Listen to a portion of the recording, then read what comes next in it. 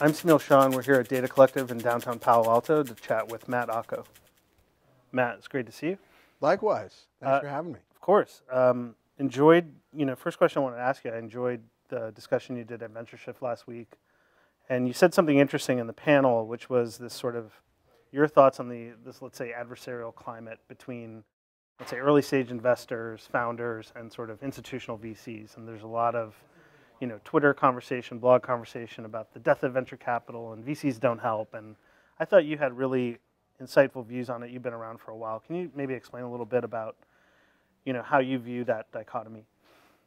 Sure. Maybe the best way to put it, since we're enjoying a wonderful Palo Alto summer, is that making predictions based on small amounts of data doesn't turn out to be that good an idea. So for example, it's been a beautiful summer. I could say I've had, a good 60, almost 70 days of temperate climate and days that last well more than 12 hours. So of course that trend's going to continue indefinitely.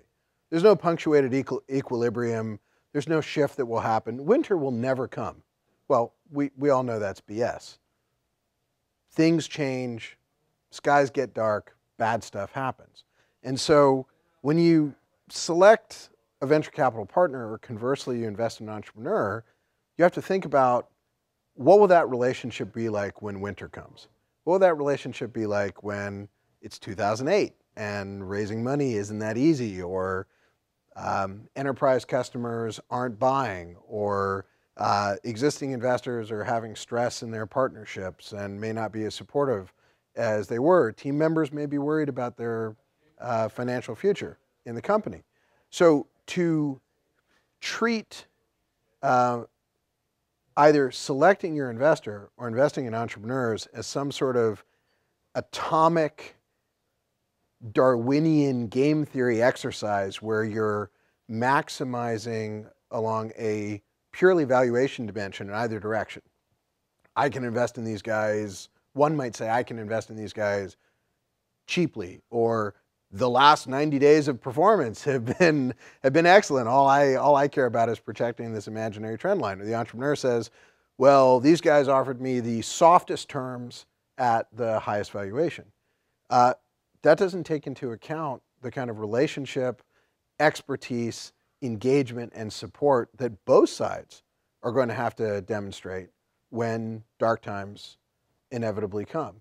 And having been at this for the better part of 20 years, I can tell you that for every spring and summer in the venture capital community and in any segment of entrepreneurial activity you want to look at, any subsegment, from Ethernet switches to database software to electronic games, winter has come.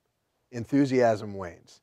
And so all I was arguing for is that you have to pick people based on your long-term assessment of their value, as opposed to a freakishly short-term approach, which has never been demonstrated to work. One of the statistics I'm fond of is that a large majority of sustainable giant outcomes in Silicon Valley, and broadly speaking in the tech business, were not companies that took the highest value term sheet. So I think selecting for long-term partnership has proven over many decades to be a better choice than trying to jack people on valuation.